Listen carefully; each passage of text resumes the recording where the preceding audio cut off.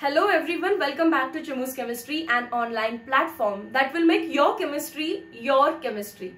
Ionic equilibria अगदी छोटा chapter आहे. वाटलं पण नव्हतं त्याचे दोन पार्ट्स बनतील, पण आपण त्याला दोन पार्ट्स मध्ये शिकतो. त्याचं रिझन माहितीये, कारण आपण प्रत्येक फॉर्म्युलाला प्रॅक्टिस करतोय. प्रॅक्टिस करून तो फॉर्म्युला आपल्या डोक्यामध्ये फिक्स राहते. आता येस ऑर नो मला चॅट सेक्शन मध्ये नक्की सांगा. विदाउट वेस्टिंग टाइम पार्ट 2 ची सुरुवात आपण करणार आहे बफर्स पासून. पहिला तर क्वेश्चन येऊ शकतो, व्हॉट आर बफर सोल्युशन्स. मग बफर सोल्युशन्स म्हटलं ना तर सोल्युशन दोन गोष्टींना ऍड करून बनतं ना.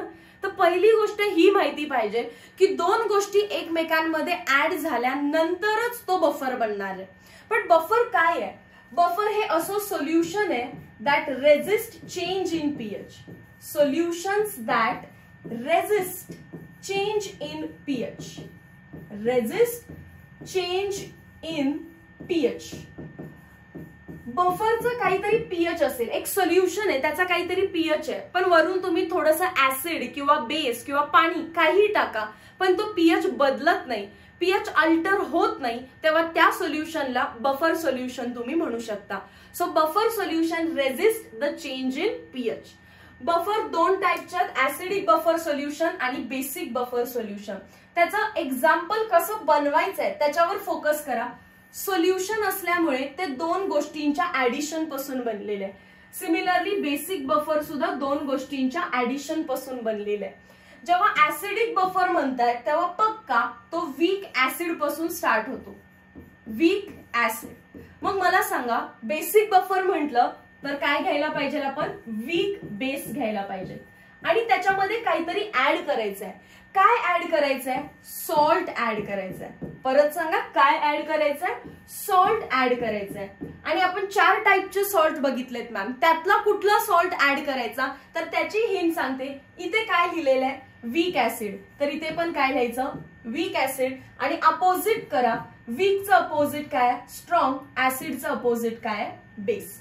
सिमिलरली तिकडे वीक बेस लिहिला ना तर इथे पण काय लिहायचं? Weak base. वीकचं अपोजिट स्ट्रॉंग, बेसचं opposite acid. So this is general formula to form acidic and basic buffers. आता एक्झाम्पल, कोणतंही वीक ऍसिड सांगा मला. वीक ऍसिड मॅम HF आहे. Very nice. आता मला सॉल्ट बनवायचं आहे या वीक ऍसिडचा कुठल्याही स्ट्रॉंग बेस सोबत. तर मनात एखादा स्ट्रॉंग बेस आहे ना, त्याला इथे लिहिते मी खाली NaOH. याच्यापासून सॉल्ट कसं बनवणार आपण? H आणि OH ला रिमूव्ह करून उरलं काय? NaF. So H plus plus NaF जर कुठे लिहून आलं असेल तर हा बफर तर तुम्हीच बनवला ना. आता वीक ऍसिड घेतला आणि त्याचा सॉल्ट बनवला स्ट्रॉंग बेस सोबत, तर तो झाला acidic buffer. Similar example, CH3COOH. Acetic acid पण तर वीक ऍसिड आहे आणि जर तुम्ही त्याला NaOH सोबत कंबाईन केलं तर सॉल्ट काय बनणार आहे? CH3COONA. टेक्स्टबुक मध्ये दिलेले हे दोन आहेत ऍसिडिक बफर. आता बेसिक बफरचं एक एक्झाम्पल. वीक बेस म्हटलं तर काय लक्षात ठेवायला सांगितलं मी? Ammonium hydroxide. Weak base NH4OH. कोणताही स्ट्रॉंग ऍसिड लिहा मनामध्ये. HCl. त्याच्यापासून H आणि OH रिमूव्ह केलं तर काय उरेल रे? NH4Cl. हाच बेसिक बफर तुम्हाला टेक्स्टबुक मध्ये बघायला भेटेल. आता ऍसिडिक बफरचा जो पीएच आहे तो फाइंड करण्यासाठीचा फॉर्म्युला इथे लिहूया आपण. हँडरसन-हॅसल-बाल्च इक्वेशन म्हणतात त्याला. Which of the following is correct? Henderson Hasselbalch equation. Textbook मध्ये वर्ड आहे बघा कसं फाइंड करायचंय. PH is equals to pKa plus log to the base 10 concentration of salt upon acid. Concentration of salt upon concentration of acid. So pH चा formula आपण याआधी पण केलाय, पण तो ऍसिड साठी होता आणि हा pH चा फॉर्म्युला ऍसिडिक बफर साठी आहे. आता आपल्याला बेसिक बफर साठी POH फाइंड करायचं असेल तर POH इज इक्वल्स टू काय लिहिणार आपण? PKB. बघा, pH साठी PK, POH साठी PKB plus log to the base 10 concentration of salt upon concentration of base. Basic buffer साठी डिवाइडेड बाय बेस, ऍसिडिक साठी divided by acid. Question solve करूया याचे. थोडंसं प्रिंटिंग दिसत नसेल तर मी रीड करते तुमच्यासाठी. A buffer solution is prepared by mixing 0.01 molar.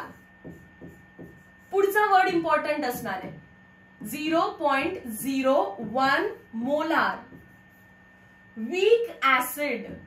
हे कोणाचं कॉन्सन्ट्रेशन दिलेलं आहे आपल्याला? This is concentration of weak acid.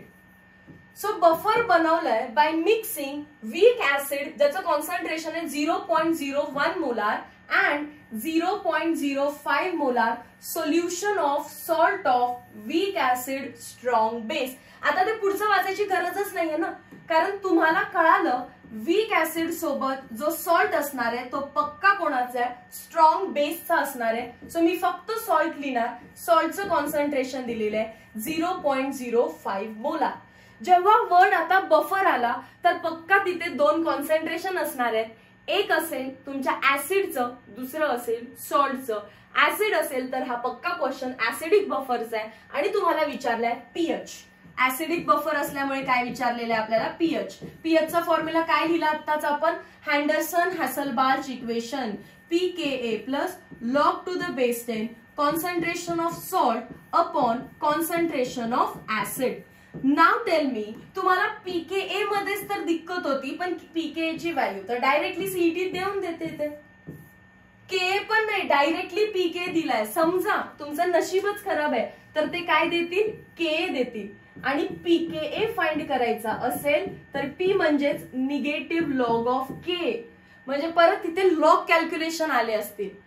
के दिला असेल, pKa करायचं असेल तर निगेटिव्ह लॉग ऑफ के करायला लागतो. पण आपल्याला तर डायरेक्टली pKa दिलेला आहे 4.74 plus log to the base 10. सॉल्टचं कॉन्सन्ट्रेशन आहे 0.05. We will write it as 5 into 10⁻². Divided by ऍसिडचं कॉन्सन्ट्रेशन किती आहे ते 10⁻². 10⁻² ला 10⁻². कट. अँड आय होप मी लास्ट लेक्चर मध्ये तुम्हाला सांगितलेलं की तुम्हाला लॉग लर्न पाहिजेत ऍटलीस्ट आपल्या प्राईम नंबरचे. सो लॉग 5 तुम्हाला लर्न पाहिजे होता 0.6989. आपण त्याला 0.7 म्हणून पण तर घेऊ शकतो. सो लॉग 5 किती येणार आहे? 0.7. याला आपल्याला सॉल्व्ह करायचं आहे. 4 as it is, 14 carry 1 and 5. 5.44 आलेला आहे pH. Option number C exactly match झालेला आहे. So log 2 0.3010, log 3 0.4771. 4 चा फाइंड करायला 2 चा स्क्वेअर करा, पण 5 चा फाइंड करायचा असेल तर 0.6989 म्हणजेच 0.7 पार्ट पाहिजे आपल्याला. Next question. A buffer solution is prepared by mixing 0.1 molar ammonia solution. Ammonia काय आहे? लोन पेर आहे, म्हणजेच बेस आहे. Very nice. सो अमोनियाचं कॉन्सन्ट्रेशन असं लिहिण्यापेक्षा असं लिहू शकताय, पण तुम्हाला एकदा कळालं की तो बेस आहे तर तुम्ही लिहा ना असं. कॉन्सन्ट्रेशन ऑफ बेस किती दिलेलं आहे आपल्याला? 0.25 मोलार. आणि पक्का अमोनिया वीक बेसच असणार आहे, कारण बफर हा वीक बेस पासूनच बनणार आहे. स्ट्रॉंग बेस मी लर्न करून घेतलेत. होता का त्यामध्ये अमोनिया? नव्हता, म्हणजे तो वीक आहे. And 0.25 molar solution of ammonium chloride. Ammonium chloride जिथे तुम्हाला दिसलं तुम्ही असं लिहून घेता NH4Cl.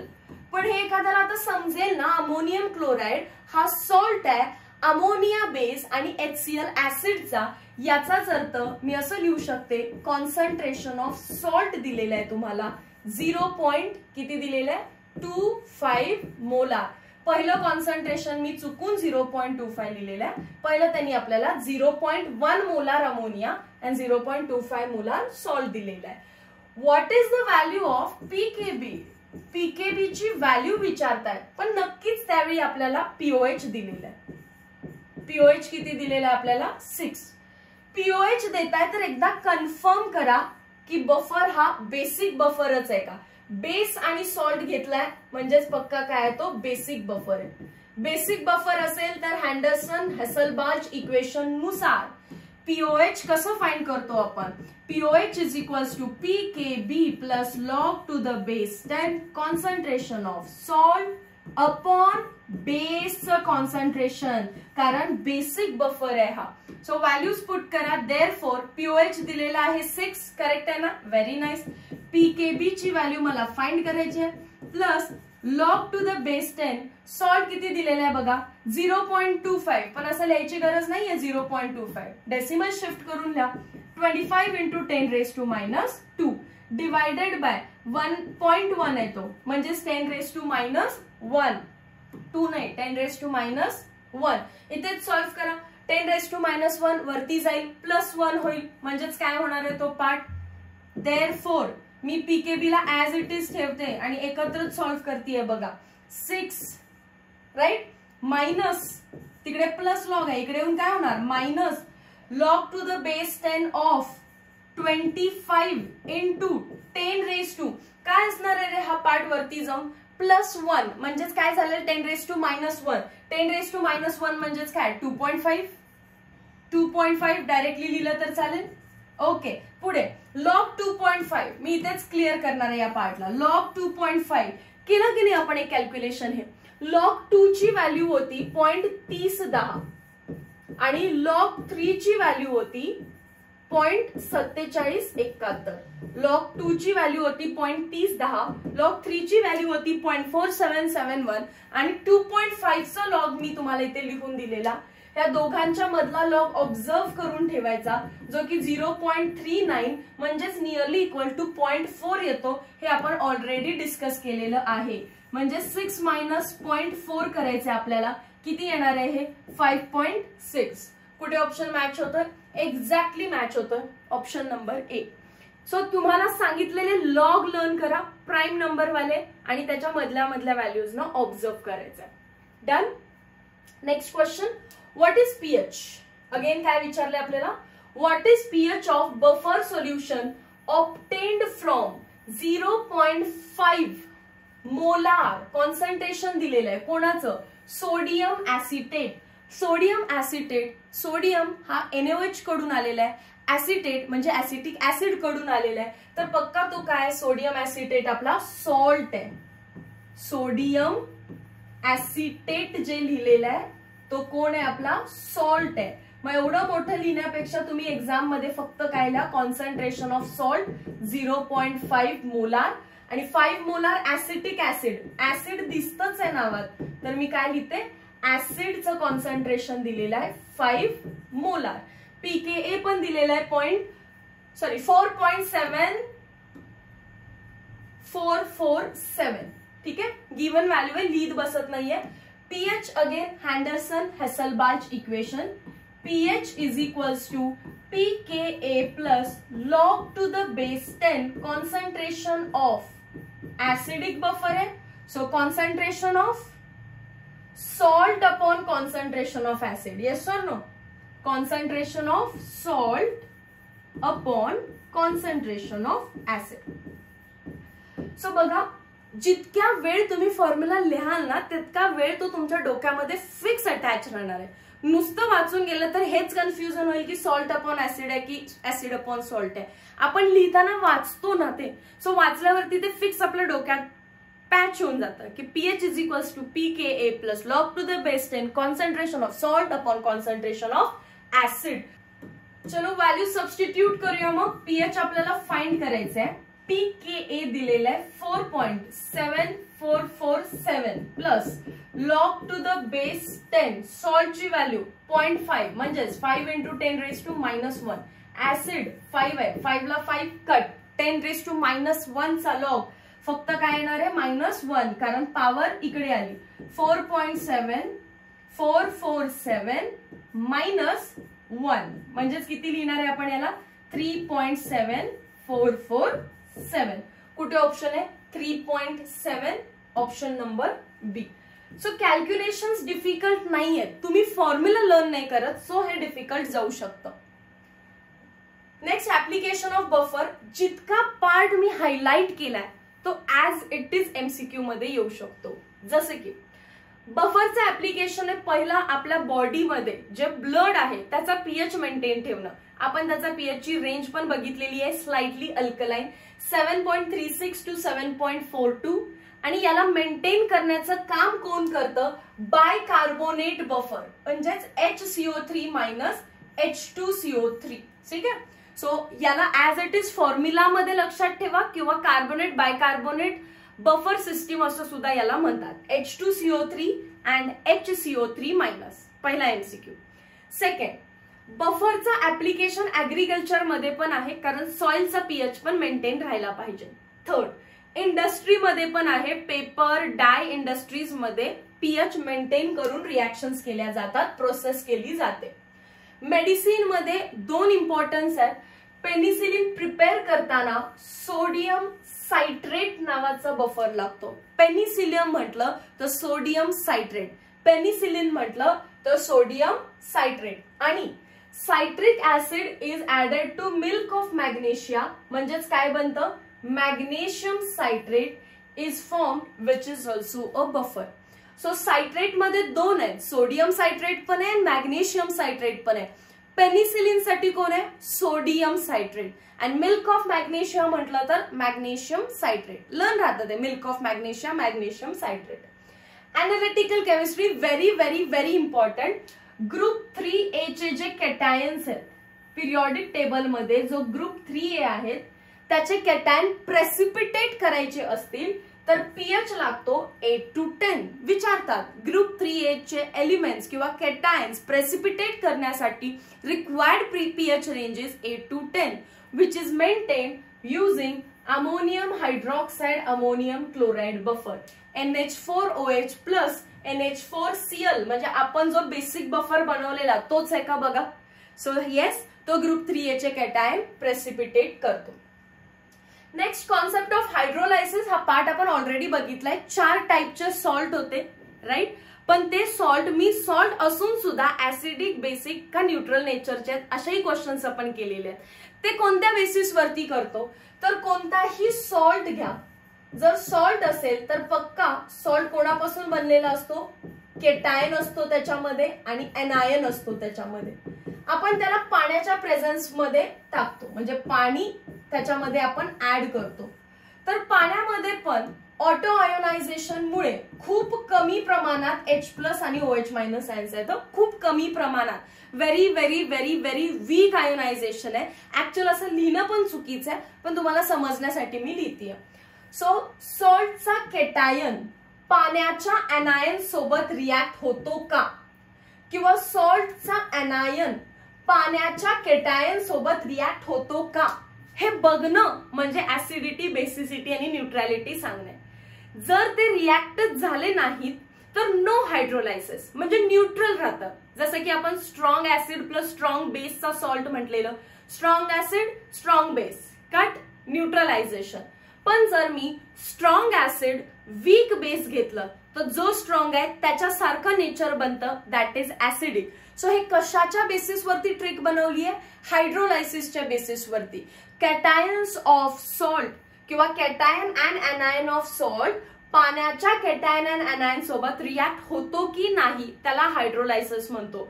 होत असेल तर हायड्रोलायसिस होतं आणि होत नसेल तर नो हायड्रोलायसिस. मग कोणामध्ये नो हायड्रोलायसिस टिक करू शकता तुम्ही? Salt of strong acid strong base, salt of strong acid and strong base do not undergo hydrolysis. Strong base तुम्ही न्यूट्रल टिक केलं ना, न्यूट्रल म्हणजेच काय? No hydrolysis. डन. चलो, क्वेश्चन्स कसे येतात त्याच्यावरती फोकस करूयात आता आपण. Which of the following salt solution in pure water has pH equal to 7? म्हणजे कोण न्यूट्रल आहे विचारतं. कोण न्यूट्रल असतं रे? Strong acid strong base, cut. पण हा वीक ऍसिड वीक बेस, आठवतंय ना 3 स्टार लावलेले, दोन्ही वीक असतील तर के आणि केबी ची व्हॅल्यू बघायला लागते. म्हणजे मला शॉर्ट मध्ये स्ट्रॉंग ऍसिड स्ट्रॉंग बेस बघायचंय, त्याच्यामध्ये नो हायड्रोलायसिस म्हणजेच कसं राहतात ते? न्यूट्रल, म्हणजेच त्यांचा पीएच कसा असणार आहे? 7. सो चेक करा. अमोनियम नायट्रेट नाही, कारण अमोनियम वीक बेस कडून आलाय, अमोनियम वीक बेस कडून आलेला आहे. KNO3, KOH strong base, NO3 strong acid. KCN, K strong base, पण सायनाइड कुणाकडून आलाय? HCl. आणि आपण पाठ केलेल्यामध्ये HCl नाहीये, त्यामुळे तो वीक आहे. सो आपल्याला दोन्ही स्ट्रॉंग पाहिजे होते. ऑप्शन नंबर सी ला टिक केलं. Next, which among the following salt turns red litmus blue. हा क्वेश्चन आपण आधी पण केलेला आहे, मी डायरेक्टली टिक करते. Sodium acetate, last video lecture मध्ये झालेला रिपीट क्वेश्चन आहे हा. नेक्स्ट पॉइंट आहे solubility product and molar solubility. तसं आपण सोल्युबिलिटीला चॅप्टर नंबर 2 सोल्युशन्स या चॅप्टर मध्ये डिटेल मध्ये बघितलेलं आहे. सांगा मी काय शिकवलेलं. आपण असं लिहिलेलं का रे, solubility is nothing but molarity. Correct आहे की नाही. आणि मोलॅरिटी म्हटलं, मोलॅरिटी आणि मोलॅरिटी म्हटलं तर त्याचं युनिट काय येणार आहे, मोल पर लिटर. सो आपल्याला सोल्युबिलिटी फाइंड करा म्हटलं तर आपल्याला फाइंड करता येते, पण आपल्याला त्याचं रिलेशन फाइंड करायचं आहे आता with KSP. What is KSP? KSP is solubility product. What is KSP? KSP is solubility product. So solubility product आणि सोल्युबिलिटी मध्ये रिलेशन फाइंड करण्यासाठीचा एक फॉर्म्युला लिहून घ्या. ऍड करा फॉर्म्युला शीट मध्ये. KSP is equals to 3 star important, x raise to x, y raise to y, s raise to x plus y. आणि तुम्ही असे भरपूर सारे क्वेश्चन्स केले असणार आहेत बोर्ड एक्झाम साठी. तुम्हाला सीईटी साठी कोणत्या रिएक्शन्स करायच्या आहेत हे टेक्स्टबुक मधलं स्क्रीनशॉट आहे. BaSO4 CaF2 Bi2S3 Ca3PO4 twice. कसे डिसोसिएट करतायत ते बघून घ्या. कोणता केटायन बनतो, कोणता एनायन बनतो, किती केटायन बनतात, किती एनायन बनतात. तुमच्यासाठी मी यातलं फक्त एक एक्झाम्पल घेतेय, ते म्हणजे Ca3PO4 चा ट्वाइस. Ca3PO4 चा ट्वाइस. आयोनिक इक्विलिब्रियम मध्ये इक्विलिब्रियम वाल्याच गोष्टी शिकायच्यात. मला कॅल्शियम दिसतोय, मी कॅल्शियम लिहिते. आणि ब्रॅकेट मध्ये दिसतोय म्हणजेच PO4, मला हा ग्रुप दिसतोय. किती दिसतायत? कॅल्शियम 3 दिसतायत. पहिला कोण दिसतंय ते लिहायचं, मग किती दिसतायत ते लिहायचं, मग क्रॉस मधले चार्जेस. 3 स्टेप मध्ये डिसोसिएशन आहे. कॅल्शियम लिहिलं, PO4 लिहिलं. कॅल्शियम 3 आहेत तर PO4 ग्रुप किती आहेत रे, 2 आहेत. दोघांच्या मध्ये आधी प्लस करा, कॅल्शियम प्लस PO4. कॅल्शियम वर किती चार्ज आहे ते PO4 च्या खाली आहे, किती आहे 2. PO4 वर किती चार्ज आहे ते कॅल्शियमच्या खाली आहे, किती आहे 3. पहिल्या याच्यावर प्लस, दुसऱ्यावरती मायनस. रिएक्शनचं ब्रेकडाऊन केलं तुम्ही. आता मला फाइंड करायचंय याचं KSP आणि S मधलं रिलेशन. KSP is equals to x raise to x. x म्हणजे काय, केटायन किती आहे. सो केटायन किती आहेत, 3 आहेत. 3 रेज टू 3. काय करायचंय मला, 3 रेज टू 3. एनायन किती आहेत, y म्हणजेच काय, एनायन किती आहेत. एनायन आहेत 2 म्हणजेच काय, 2 रेज टू 2. आणि S raise to x plus y. आणि S काय आहे, सोल्युबिलिटी आहे. x प्लस y म्हणजेच काय येणार आहे ते 5. याला सॉल्व्ह केलं तर 3 चा क्यूब 27 आहे, इंटू 4 108 येतं हे S रेज टू 5. करून बघा तुम्ही, आणि बोर्डला आपण कितीतरी वेळा सॉल्व्ह करतो. मग जेव्हा जेव्हा तुमचा केटायन एनायनचा रेशो 2:3 किंवा 3:2 असेल, 2:3 किंवा 3:2 असेल, तेव्हा KSP-S रिलेशन 108 S⁵ हेच असणार आहे.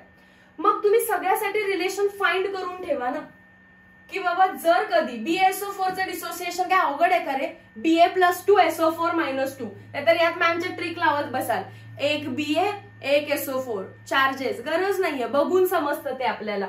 सो याच्यामध्ये रेशो किती आहे, एक Ba एक SO4. CaF2 मध्ये एक कॅल्शियम 2 फ्लोरीन. Bi2S3 मध्ये Bi 2 आहेत, 3 सल्फर आहेत. सो वेगवेगळ्या रेशिओला KSP आणि S चं रिलेशन हे वेगवेगळं येतं. ते तुम्हाला फाइंड आउट करून लिहावं लागेल. मी डायरेक्टली लिहितेय. 1:1 ला KSP is equals to S² येतं. 1:2 असेल तर KSP is equals to 4S³ येतं. आणि 2:3 किंवा 3:2 असेल तर KSP is equals to 108 S⁵ काय आलेलं आहे 5. समजतं. CaF2 मध्ये फक्त इथे 1 आणि इथे 2 पुट केलेलं आहे. डन. चल, हा पार्ट आहे मोलार सोल्युबिलिटी. आणि सॉल्युबिलिटी इन ग्रॅम पर मोल मधलं रिलेशन. जर कधी तुम्हाला सॉल्युबिलिटी ग्रॅम पर मोल मध्ये दिली, ऍक्च्युअल मध्ये कशात असते मोल पर लिटर, पण मी असं म्हणते कधी ग्रॅम पर मोल मध्ये दिली तर टेन्शनची गरज नाहीये, डिवायडेड बाय मोलार मास करायचं फक्त, ते ऑटोमॅटिकली मोल पर लिटर मध्ये जाईल. ठीक आहे, फक्त फॉर्म्युला लक्षात ठेवा, तसं न्यूमेरिकल कोणतं नाहीये, मी दाखवते तुम्हाला. क्वेश्चन रीड करूया. फाइंड सॉल्युबिलिटी म्हणजेच S in terms of mole per litre. मोल पर लिटर म्हणजेच मोलॅरिटी वाला युनिट आहे. सो सॉल्युबिलिटी फाइंड करा. If solubility product, solubility product म्हणजेच काय, केएसपी दिलेलं आहे आपल्याला. If Ksp for silver bromide AgBr ratio काय आहे 1:1. मग केएसपी चे रिलेशन मॅम लर्न आहे आपल्याला. केएसपी इज इक्वल्स टू काय असणार आहे एस स्क्वेअर, मी लिहून दिलेलं आहे एस स्क्वेअर. केएसपी किती दिलेलं आहे पण 6.4 इंटू 10⁻⁻13 आणि एस विचारलेला आहे. फॉर्म्युला आहे आपल्या समोर. देअरफॉर एस किती येणार आहे रे, under root of Ksp, under root of 6.4 into 10⁻⁻13. तसं बघून पण आन्सर समजतं, पण डेसिमल शिफ्ट करून दाखवते. 64 इंटू 10⁻14 स्क्वेअर रूट करायचंय 64 चा. 8 चा 64 असतो ना, सो 8 आला. आणि 10⁻14 चं रूट काय येणार आहे 10⁻7. सॉल्युबिलिटी जी तुम्ही फाइंड करताय ती पक्का मोल पर लिटर मध्ये असते. So option number B. Next question similar forms है. Solubility of A2B3 is 1 into 10⁻³ what is the value of solubility product. KSP ची व्हॅल्यू विचारले. What is the value of solubility product. KSP is equals to, KSP चा कुठलाही formula तुम्हाला learn नाही करायचा आहे, तुम्हाला रेशो सोबत फॉर्म्युला लर्न करायचा आहे. A2B3 म्हटलं तर रेशो झाला 2:3. सो 2:3 किंवा 3:2 जरी असेल तर काय येणार आहे तो 108 S⁵5. So 108 as it is. S ची व्हॅल्यू काय आहे इथे 10⁻³ raised-5 काय येईल हे 108 इंटू 10⁻15. आता पहिला तर 108 हे डिजिट मला ऑप्शन नंबर ए मध्येच दिसतात, म्हणजेच डेसिमल फक्त शिफ्टिंग झालेलं आहे. 1.08 दिसत असेल तर 2 डेसिमल शिफ्ट झाल्यावर पॉवर मध्ये +2, -15 +2 काय लिहिलं मी -13. ऑप्शन नंबर ए ला टिक करायचं आहे. बघा रेशो पार्ट असेल तर कॅल्क्युलेशन एकदम फास्ट आहे. द सॉल्युबिलिटी प्रोडक्ट म्हणजेच कोण केएसपी ऑफ कोणाचा CaOH twice is 5.6 into 10⁻6 at 298 Kelvin. Calculate its solubility in मोल पर लिटर. आपला वालाच आहे मोल पर लिटर म्हणजे. सो काही त्याच्यामध्ये फॉर्म्युला यूज करायची गरज नाहीये. लिहा आता रेशो काय 1 कॅल्शियम 2 हायड्रॉक्साइड 1:2 असेल तर Ksp is equals to 4S³ असतो. मला केएसपी ची व्हॅल्यू दिलेली आहे काय आहे ती 5.6 इंटू 10⁻6 डिवायडेड बाय 4. मी 4 लाच इकडे आणलं कारण तो दिल आपल्याला S³. देअरफॉर याला सॉल्व्ह करा. 4 1 चा 4 अगेन 4 1 चा 4 4 4 चा 16. थोडंसं डेसिमल शिफ्टिंग आपण केलं किंवा ऍज इट इज ठेवा. 1.4 into 10⁻6 is equals to S³. तुम्हाला क्यूब नको असेल याचा अर्थ तुम्ही रूट फाइंड करणार. So S is equals to cube root of 1.4 into 10⁻6. मी का डेसिमल शिफ्ट नाही केला ते बघा. इथे 10⁻6 आहे, मला क्यूब रूट करायचं आहे म्हणजेच काय करायचं आहे या 6 ला डिवायडेड बाय 3 करायचं आहे. काय येणार आहे त्याचा आन्सर फक्त पॉवरचं, फक्त पॉवर. हे असं राहील का बघा. Under root cube root of 1.4 आणि 10⁻6 चा क्यूब रूट करायचं असेल तर याला डिवायडेड बाय काय करतो आपण असं 3. किती येईल हे 2 10⁻². सो एकदा पॉवर चेक करून घ्या. सो आपण एकदा काय करूयात पॉवर्स चेक करून घेऊयात. 1.4 चा क्यूब रूट इंटू 10⁻². तर पॉवर मध्ये सगळीकडे 10⁻²च आहे. आता मला क्यूब रूट करायचा आहे 1.4 चा. आपण थोडेसे क्यूब्स बघूया. क्यूब रूट पण नको, आधी क्यूब बघूया. 1 चा क्यूब केला तर 1 आणि 2 चा क्यूब केला तर 8 येतोय. करेक्ट आहे की नाही? म्हणजे याचाच अर्थ काय रे, 1 आणि 2 च्या मध्ये आपला आन्सर आहे. मला 1 चा क्यूब रूट विचारलं असता तर 1 लिहिलं असतं, 8 चा क्यूब रूट विचारलं असतं तर 2 लिहिलं असतं. आणि मला इथे ते म्हणतात 4. कट करते मी डायरेक्टली. हे तर बघून समजतंय की 1.4 चा जो काही क्यूब रूट असेल तो 1 आणि 2 च्या मध्ये असणार आहे. याला कट करते. आता 1 आणि 2 च्या मध्ये जवळ जवळ असणारे दोन ऑप्शन आहेत, 1.4 आणि 1.12. थोडस काय करा, टाइम लागू दे. 1.4 इंटू 1.4 इंटू 1.4 केल्यावर 1.4 येईल का? नाही येणार आहे ना. म्हणजे एकच ऑप्शन उरला आता, 1.12. सो केमिस्ट्रीमध्ये तुम्हाला क्यूब रूट वाली सिस्टीम असेल तर एलिमिनेशन ऑफ ऑप्शन मेथडनी तुम्हाला आन्सरकडे जायचंय. Next question. चलो, what is solubility product of PbCl2? Solubility product म्हणजेच काय विचारतायत? KSP. कोणासाठी? PbCl2. रेशो काय आहे? 1:2. सो KSP चं रिलेशन काय असणार आहे? Very nice. झालं का लर्न? पेज वरती लिहा, बघा, लर्न करा. 4s³. आपल्याला विचारलं तर solubility product of PbCl2 is दिलेलं आहे. किती दिलेलं आहे?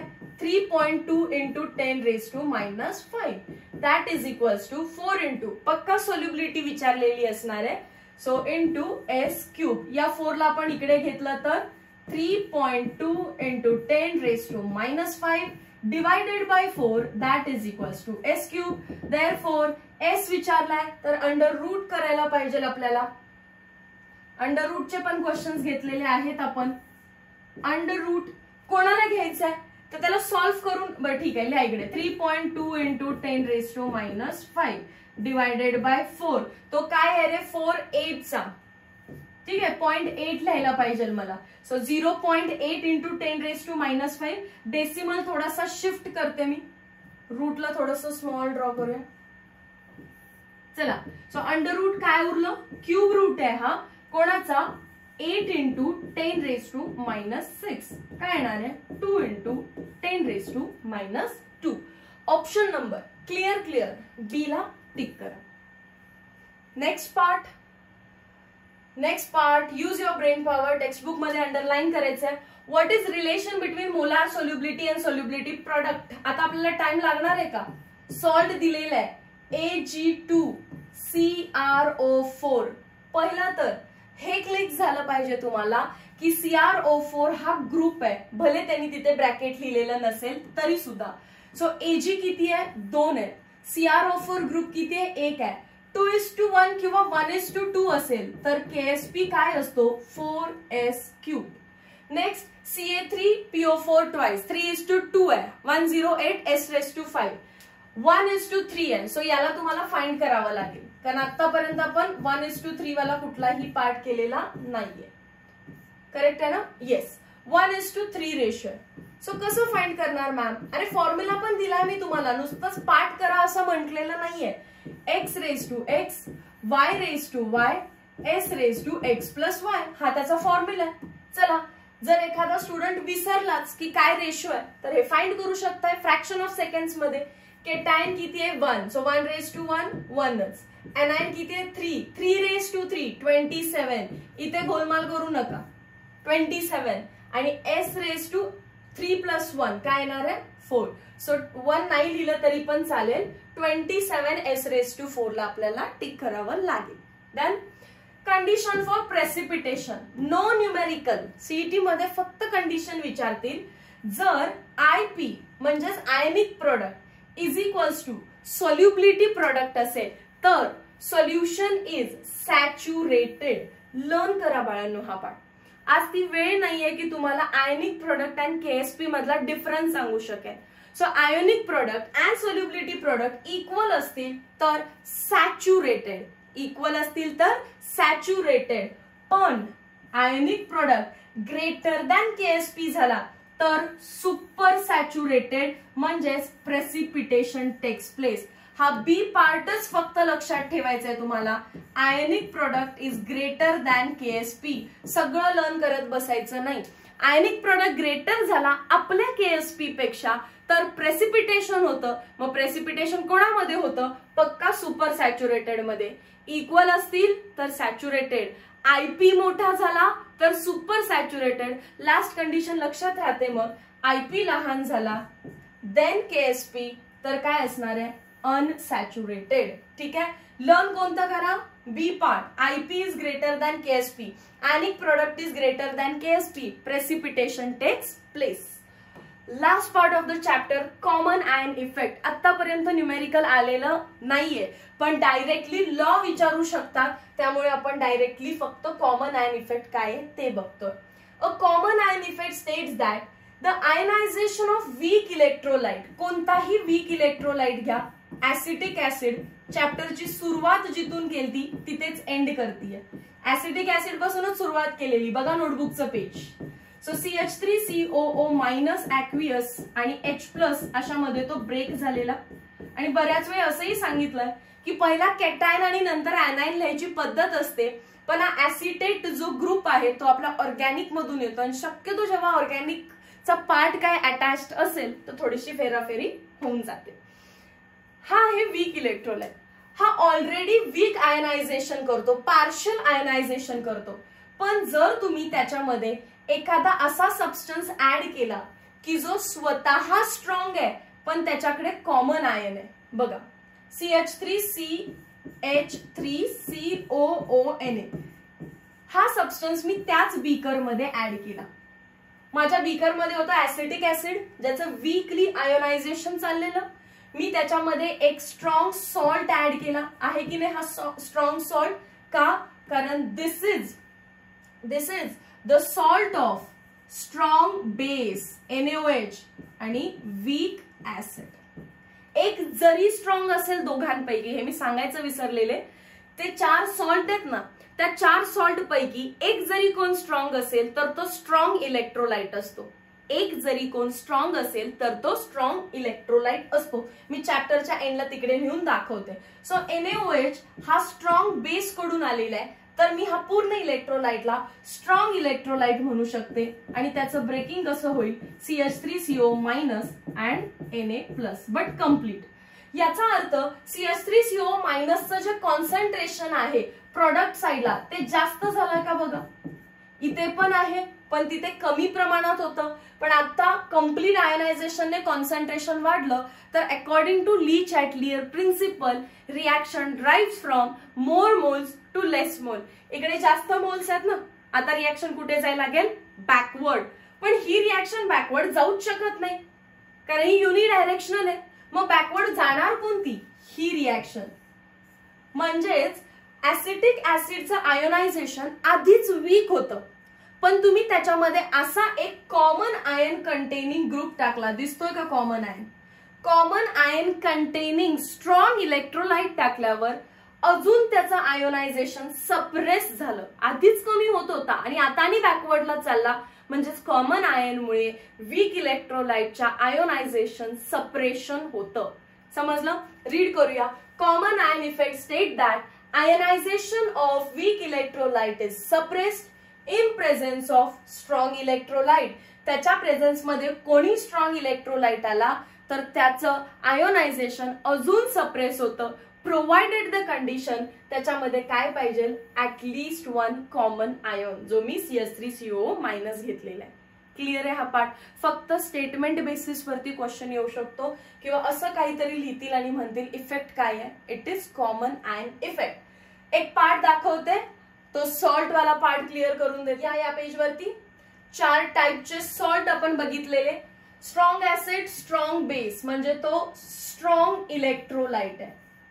स्ट्रॉंग इलेक्ट्रोलाइट आहे. एक जरी कोण स्ट्रॉंग असेल तर तो स्ट्रॉंग इलेक्ट्रोलाइट. याच्यामध्ये स्ट्रॉंग ऍसिड आहे तर तो काय असणार आहे? पूर्ण सॉल्ट हा स्ट्रॉंग इलेक्ट्रोलाइट आहे. जर एखादा salt weak acid strong base पासून बनलाय पण स्ट्रॉंग बेस असल्यामुळे पूर्ण सॉल्ट जो आहे तो स्ट्रॉंग इलेक्ट्रोलाइट झाला. सो हे 3 साठी तुम्ही एरो जेव्हा ड्रॉ कराल तेव्हा सिंगल डायरेक्शन मध्ये एरो ड्रॉ करायचा आहे आणि दोन्ही वीक आहेत म्हणून हा एकच काय झाला वीक इलेक्ट्रोलाइट. आणि या चॅप्टर मध्ये आपण ह्या वीक इलेक्ट्रोलाइट्सला डिटेलमध्ये बघितलेलं आहे. Okay, so that's all for the chapter. Ionic equilibrium आपण कम्प्लीट केलेला आहे भरपूर साऱ्या एक्झाम्पल सोबत. बफरच्या एक्झाम्पल्स वरती फोकस करा. हँडरसन हॅसलबाच इक्वेशन, केएसपी आणि सोल्युबिलिटी प्रोडक्ट वरचे पण क्वेश्चन्स करा. या व्यतिरिक्त आपला जो लास्ट पार्ट आहे ज्यालाच आपण काय म्हणतो प्रेसिपिटेशन कंडिशन्स किंवा कॉमन आयन इफेक्ट, याच्यावरती याआधी काही क्वेश्चन आलेला नाहीये ना PYQ 2023 मध्ये दिसतो. सो तुम्ही कम्प्लिटली त्याच्या थेरॉटिकल पार्ट वरती फोकस करा. Meet you in next video lecture. Till then thank you so much.